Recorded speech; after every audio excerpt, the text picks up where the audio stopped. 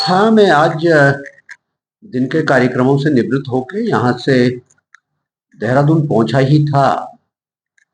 देहरादून पहुँचते ही यहीं से मैं गया था। मुझे जानकारी मिली कि अ, अ, 2 बच्चियों के कोई आपत्तिजनक अ,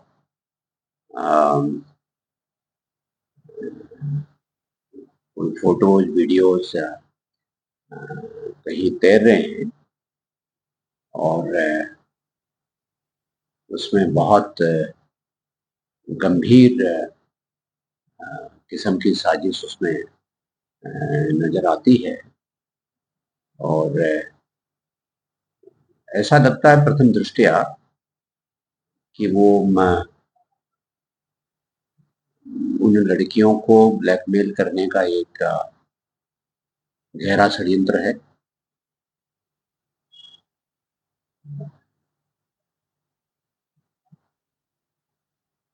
मैंने उस मामले की गंभीरता को समझा और बिल्कुल जैसा आप कह रहे हैं, मेरे ख्याल से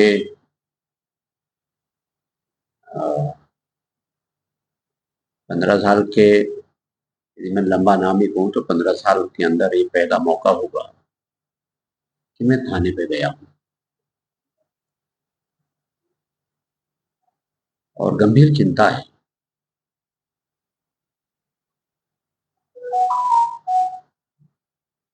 और वो लड़का एक स्थानीय युवक है, जीवनगढ़ गांव का, और एक कोई माइग्रेंट वर्कर टाइप का व्यक्ति है, उसका बेटा है, मूल रूप से उत्तर प्रदेश के कुशीनगर का।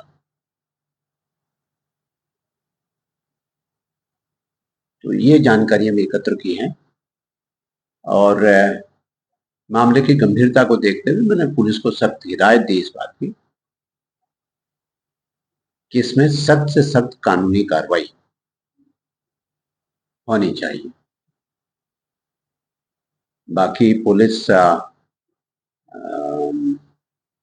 लड़कियों के परिजनों से भी संपर्क साध रही है और मैंने कहा है कि पूरे संवेदनशीलता के साथ,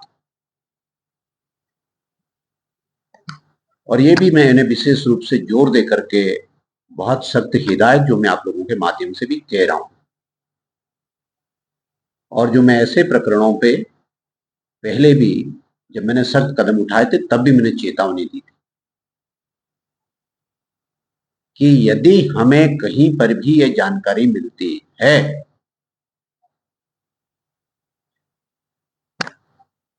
कि इन षड्यंत्रों को रचने में कोई परोक्ष रूप से भी इन्वॉल्व है, इनडायरेक्टली भी किसी का इन्वॉल्वमेंट है, तो उसको भी बख्शा नहीं जाएगा।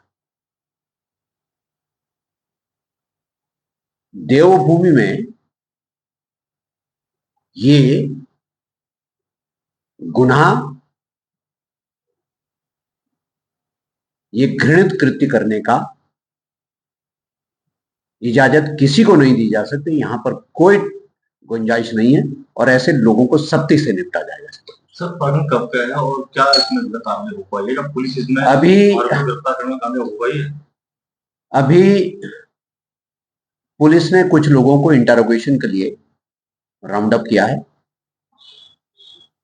डिटेल्स उनकी मैं नहीं बता रहा हूं, डिटेल्स मैंने भी जानने की आवश्यकता नहीं है। पुलिस ने राउंड अप किया है और पुलिस गंभीरता से उनसे पूछताछ कर रही है।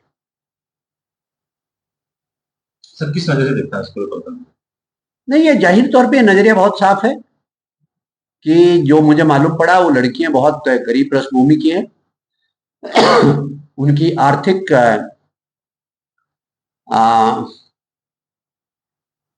परिवार की आर्थिक कमजोरी को का शोषण करते हुए, एक्सप्लॉइट करते हुए,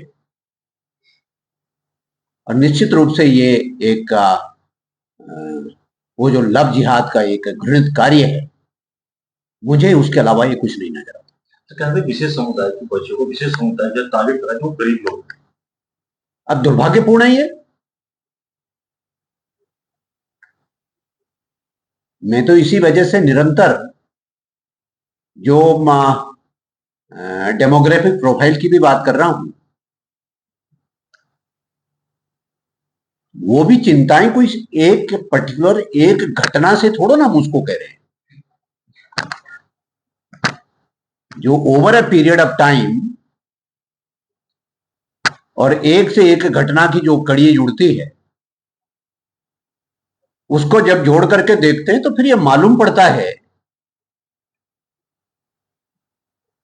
कि एक एजेंडे के तहत ये काम हो रहे हैं। अब कोई बर्दाश्त करे ना करे, लेकिन विकासनगर क्षेत्र में मेरे विधायक रहते हुए इन घृणित कृत्यों के लिए जरा बराबर भी कोई गुंजाइश नहीं। ऐसे लोगों के साथ बहुत सख्ती होगी, किसी भी कीमत पर बख्शा नहीं जाए। सर, उप प्रकरण जो आपने बताया कि अगर उसमें अभी जल्द गिरफ्तारी नहीं होती है तो अगला कदम सरकार की तरफ से या स्थानीय स्तर पर क्या? नहीं, कानून का पालन कराना ही सरकार का काम होता है और कानून के तहत हम ये भी देख रहे हैं।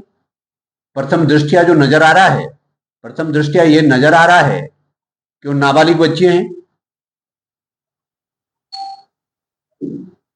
यदि नाबालिग है तो नाबालिग के बच्चों में तो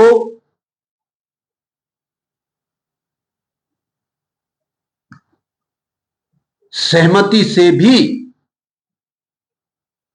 कोई संबंध नहीं बनाए जा सकते। कंसेंट से भी कोई छेड़खानी नहीं हो सकती। सर, उत्तर प्रदेश में ऐसे प्रोग्राम बुलडोजर चल रहा है, यहाँ संभावना हो सकती है? चलो, मैं बुलडोजर की बात नहीं कर रहा हूं, वो मेरा डोमेन नहीं है। मैं ये कह रहा हूं कि कानून के तहत जो सख्त से सख्त कार्रवाई हो सकती है वो होगी और प्रशासनिक दृष्टि से भी जो सख्त से सख्त कार्रवाई हो सकती है वो होगी। जो मैं निरंतर कह रहा हूं, जो अब देखो ना, बात फिर निकल करके आ गई ना। जो मैं कह रहा हूं, देश के लोगों का कहीं आने जाने पर कोई रोक की बात नहीं करते हम, लेकिन अब खुल करके आ गई ना कि कुशीनगर से यहां आए और यहां इस तरीके की घृणित हरकतें करेंगे।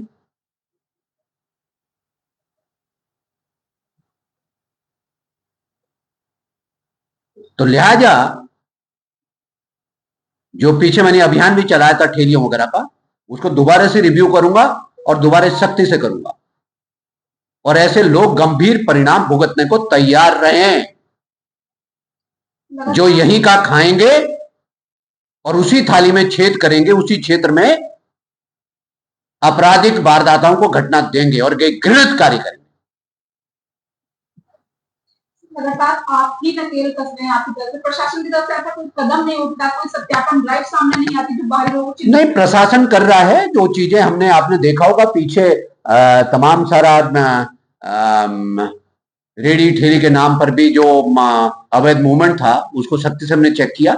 लेकिन ये बात भी सच है, ये जो सत्यापन का ड्राइव वगैरह इसको और सख्ती से करेंगे और जो पुलिस अधिकारी नहीं करेंगे उनके खिलाफ कार्रवाई होगी। अब आपने मोर्चा खोल दिया है, बंद करके? नहीं, मोर्चा खोलने जैसा कोई नहीं। मैं तो डे टू डे बेसिस पर, जिसे मैंने कहा कि मैं कोई गुंजाइश नहीं छोड़ता। मेरी जानकारी में कोई आता है तो मैं तत्काल, रात को 2 बजे मेरी जानकारी में आता है तो 2 बजे रात को ही मैं एक्ट फोन करता हूं, उसको कल सुबह के लिए नहीं छोड़ता।